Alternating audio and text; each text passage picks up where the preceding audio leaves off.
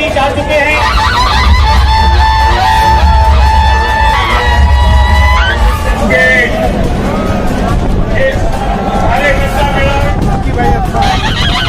इसमें उपस्थित सभी सम्मानीय अतिथिगण और खास करके आज इस सभा में उपस्थित सभी कार्यकर्ता, खास करके पहले तो मैं आप सभी को धन्यवाद देता हूं कि आप इतनी बड़ी तादाद से यहाँ उपस्थित रहे।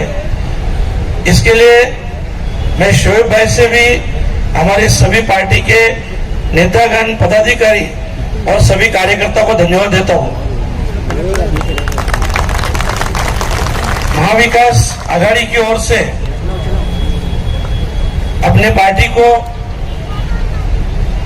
आप सभी कार्यकर्ताओं के ऊपर विश्वास रख के अपने पार्टी के नेता आदरणीय शरद चंद्र जी पवार साहब, इन्होंने ये भिवंडी लोकसभा की सीट अपने पार्टी के हिस्से में ली है। ये अपने सभी की बड़ी जिम्मेदारी है और सभी के ऊपर विश्वास रख के साहब ने ये सीट ली है।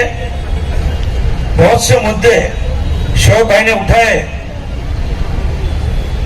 भिवंडी में टोरंटो का तो सबसे बड़ा मसला है, क्योंकि हमारे भिवंडी में 60% गरीब लोग रहते हैं, 30-35% मिडिल क्लास रहते हैं और 2-5% ही जिसको हम अमीर बोल सकते हैं, पर बहुत बड़े नहीं बोल सकते, पर अमीर है।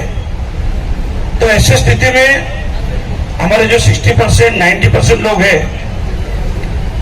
जो महीने के 10-12 हजार पगार लेते हैं और उस पगार में घर परिवार संभालना है, बच्चों को पढ़ाना है, हेल्थ के इश्यू है, और ये सभी के लेके टोरंटो का बिल कम से कम 1000, 2000, 3000 आता है।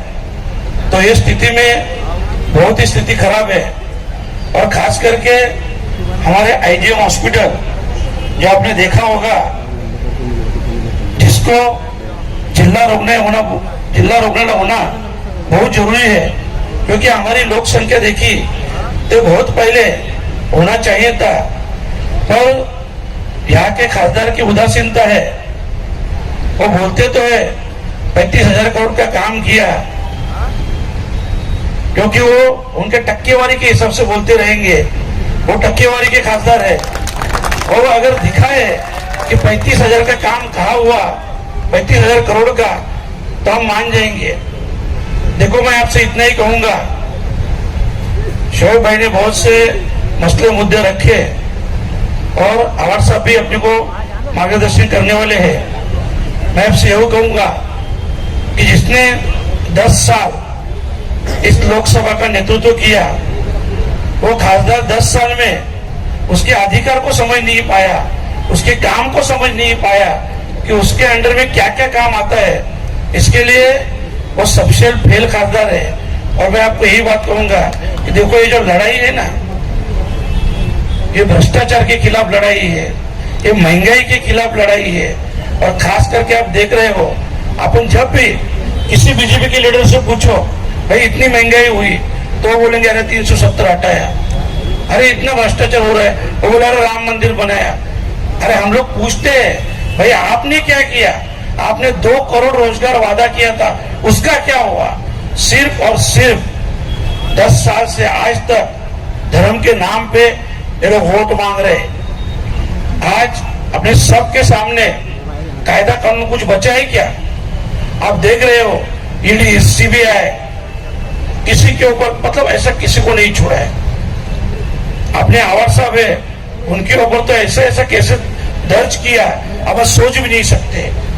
इतनी घिनौनी हरकत, मतलब ये लोग संविधान रखना नहीं चाहते हैं, ये लोग सिर्फ और सिर्फ हुक्मशाही लाना चाहते हैं। मैं आपको सभी को इतनी रिक्वेस्ट करूंगा, देखो ये 2024 का इलेक्शन है, अगर इंडिया आघाड़ी जीती तो 2029 के इलेक्शन हो जाएंगे, नहीं तो इतना भूल जाओ, अभी नहीं तो कभी नहीं। ये सबसे बड़ी बात है। और हमको ये इलेक्शन सिर्फ अपने लिए नहीं लड़ना है, अपने आने वाली पीढ़ी के लिए, अपने बाल बच्चों के लिए लड़ना है। क्योंकि देखो हम अपने आप को बचा रहे हैं, हम भिवंडी को बचा रहे हैं, हम महाराष्ट्र को बचा रहे हैं और हमको देश को बचाना है। और देश को बचाना है तो इंडिया गठबंधन को ही लाना है, इतना ध्यान में रखो आप सब। और मैं यही रिक्वेस्ट करूंगा, देखो बहुत बड़ी तादाद से आप उपस्थित हो, ये उपस्थिति वोटिंग के दिन वोट दे के अपने को दिखाना है, क्योंकि अपन भिवंडी से जितना परसेंटेज बढ़ाएंगे उतना, देखो अभी आपको मालूम है सामने वाले कुछ नहीं करेंगे, सिर्फ और सिर्फ पैसे का नाटक कर रहे हैं। दूसरी बात, ऐसे हमारे बहुत से भाई लोग के ऊपर मतलब बोलने को भी अच्छा नहीं लगता है, पर यहाँ के म्युनिसिपल के ऑफिसर, यहाँ के पुलिस ऑफिसर बुला बुला के सबको धमकी दे रही है, धमकी दे रहे हैं। ये अच्छी बात नहीं है। इसके लिए मैं सबको आपको रिक्वेस्ट करता हूँ कि ये सब बात इससे पहले 2014 से पहले ऐसा कभी नहीं देखा था, क्योंकि मैं भी शिवसेना में था। वो टाइम पूरी लाइफ में मैंने देखा 25 साल तक कांग्रेस और राष्ट्रवादी यही सत्ता में थे, पर कभी ऐसा कभी नहीं हुआ कि झूठे केसेस दर्ज करना, जातीयवाद निर्माण करना, ऐसा कभी नहीं हुआ था जो आज हो रहे। और सिर्फ देखो खासदार में जो वोट मांग रहे हैं ना, उसके ऊपर मैंने आरोप लगाया।